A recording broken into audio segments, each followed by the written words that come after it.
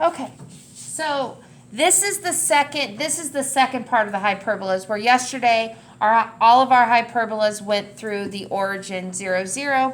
This one actually has a different center. So what we're going to do now is we're going to look at an equation, and we're going to graph it, okay? So I need you to write down this equation. You guys, you might want to write it on your graph paper. It's up to you. So this is the problem that I want you to write down. There you go. Okay, so this is what we're going to do. So we have this problem right here, right?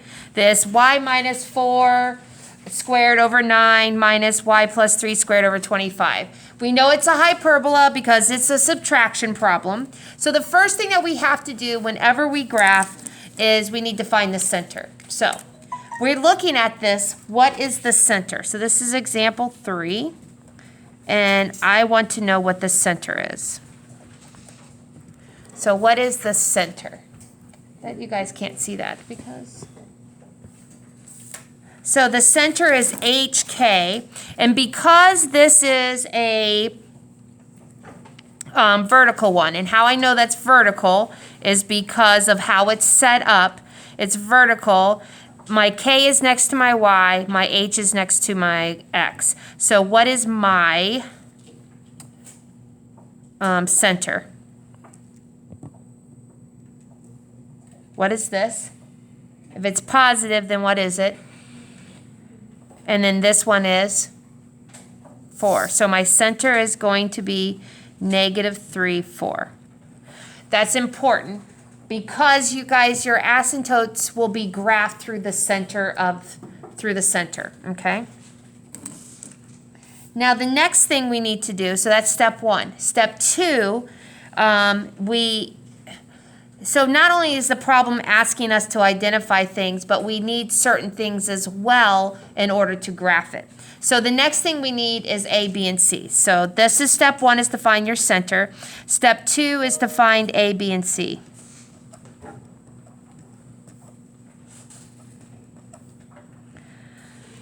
Okay, now we determined that it was vertical.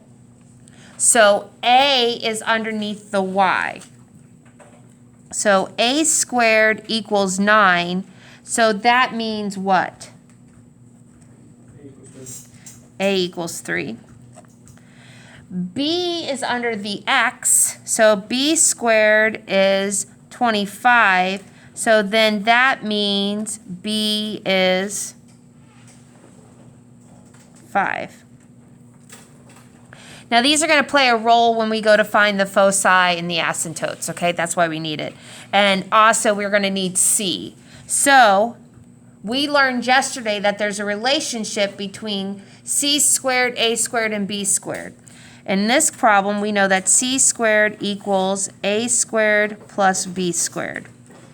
Well, C squared equals 9 plus 25. C squared equals 34. C is approximately, well, what is the square root of 34?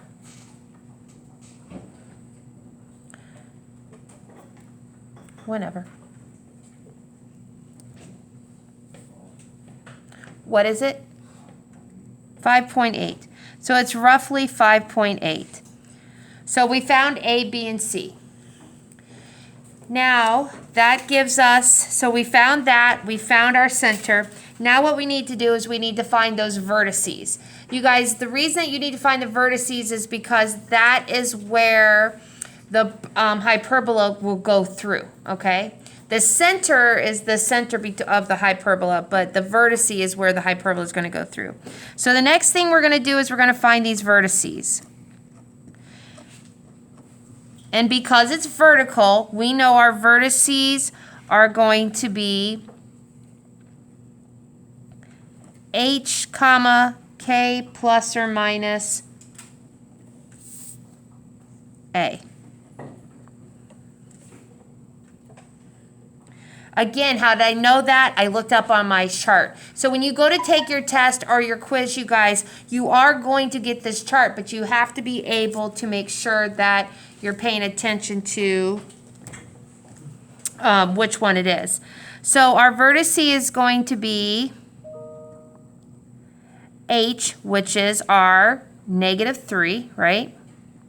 And then our k, which is 4, plus or minus our a, which is 3. So our vertices are going to be -3. 4 plus 3 is 7.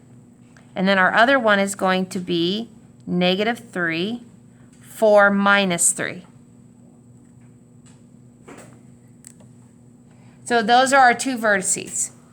So now we have our center, so we can graph our center, and we can graph our vertices.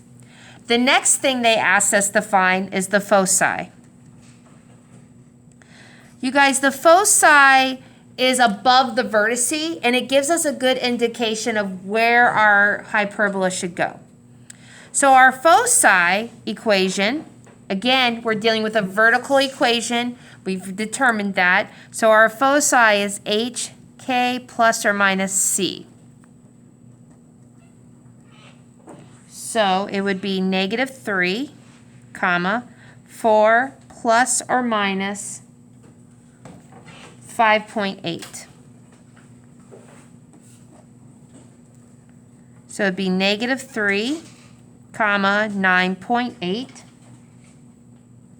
And our other one would be -3, comma, -1.8. Now, you guys, when you go to graph these, remember, because they're decimals, it's not going to be precise, but you can get that general feel of how the hyperbola would look. And then I can also show you how it would be graphed on a graphing calculator. Okay. Now we can find a whole bunch, you guys, we can find those co-vertices so you can see where those would be. There's a whole bunch of different things we can find. It doesn't ask us to do that, so we don't need it.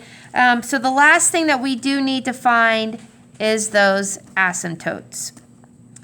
Now the thing about the asymptotes are those are going to be lines, and your hyperbola, what it does is it shows you where your hyperbola should be graphed. That's the best thing about them. The other thing you need to know is that these two lines are going to go through the center of your hyperbola.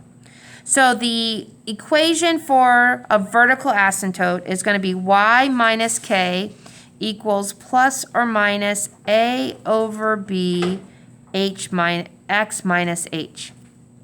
So we're going to have to do a little bit of math. The y is going to stay there because this is a line. The y is going to stay there. So y stays. What is my k? 4, so I'm going to do y minus 4 equals plus or minus, well, what is my a? 3. What is my b? X stays there, and what is my h? My h was -3, so it's minus a negative, which is a? Okay.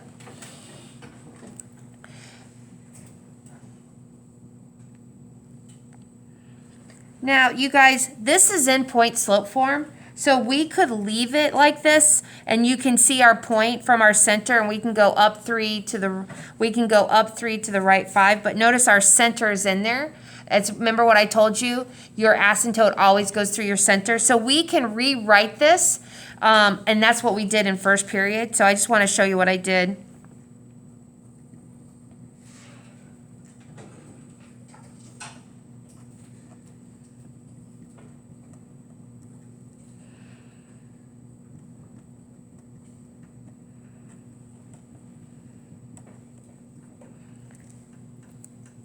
Now we ended up writing them in slope-intercept form, and it does become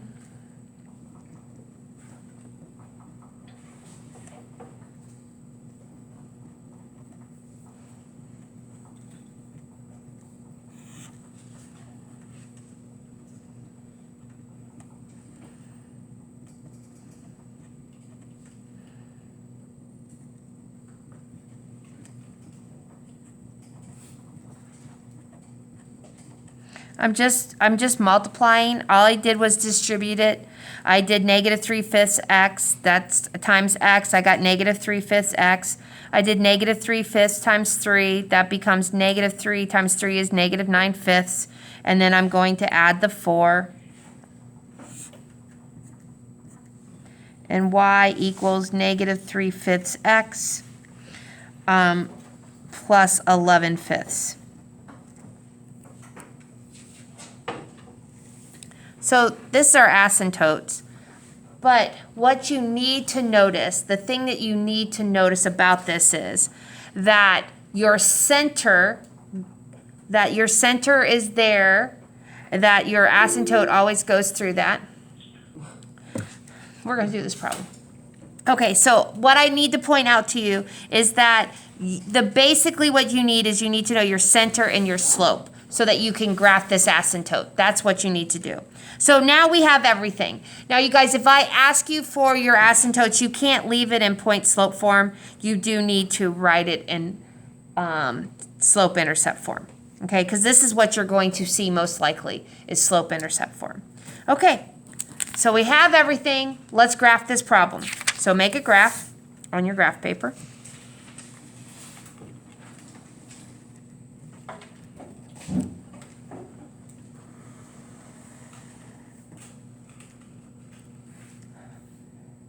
Okay, so what we need to do is we need to graph that center. When you get your graph, let's graph the center. That's the first thing we need to do. Over -3, 1, 2, 3, up to 4. 1, 2, 3, 4. That's our center. Now we can do two things. We can graph our vertices now, or we can graph our asymptotes. It doesn't really matter. Since we have the center, let's go ahead and graph those asymptotes. We know our slope. We have a positive slope of 3/5. We have a negative slope. So from the center, I'm going to go up 3. 1, 2, 3, to the right 5. 1, 2, 3, 4, 5. I'm going to go back to the center and I'm going to do the opposite. Instead of going up 3 to the right 5, I'm going to go back to the center and I'm going to do the opposite. I'm going to go down 3 to the left 5. 1, 2, 3, 1, 2, 3, 4, 5. That's my first asymptote. And what I'm going to do is I'm going to make it dotted. So I'm going to draw my little line.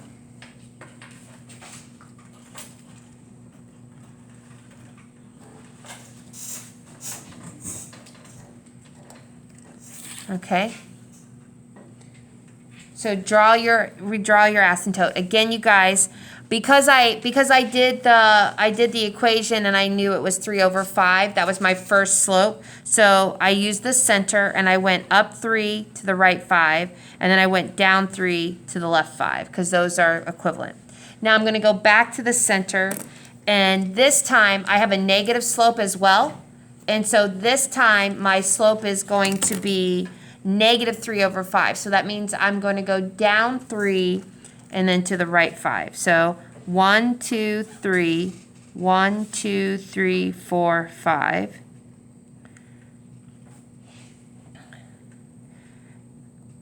I'm going to go back to the center and I'm going to do the opposite. Instead of going down and to the right, I'm going to go up and to the left.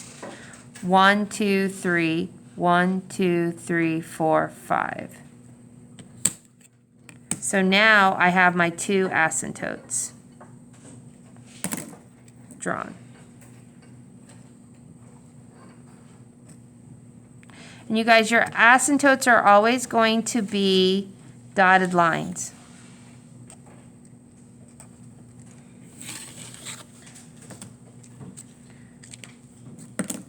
So what questions do you have so far?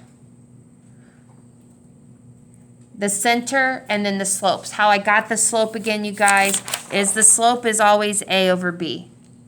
Okay, so that's where I got the slopes. And from this equation. So one is positive and one is negative. That's how I did the different slopes. Okay, now let's graph those vertices.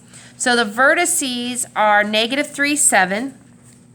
1, 2, 3, 1, 2, 3, 4, 5, 6, 7.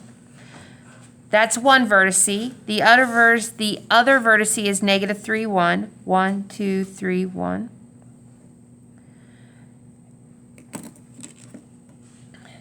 And then I want to graph my foci. Now remember, your foci, you guys, isn't going to be exact. My one foci is negative 3, 9.8. So negative 3, 9.8. This is 7, 8, 9. It's almost 10, so it'd be here. The other one is negative 3.8. I went negative 3, 1 down here. And now let's graph the hyperbola. The hyperbola is just going to go like this. That's one hyperbola. See, there's my vertice. And then my other one is going to go, this Flurry really stinks at this.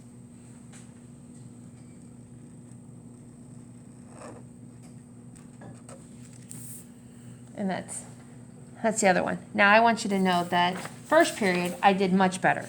That's my first one. Here's the other one. This is my first period one. See, it was really nice. So do you guys see why you have to graph the asymptotes? Because the hyperbola goes in between the asymptotes. So it goes above it and goes below it. And we graphed those in chapter 8, you guys. We did this already, just like we did parabolas in chapter 5. Chapter 4.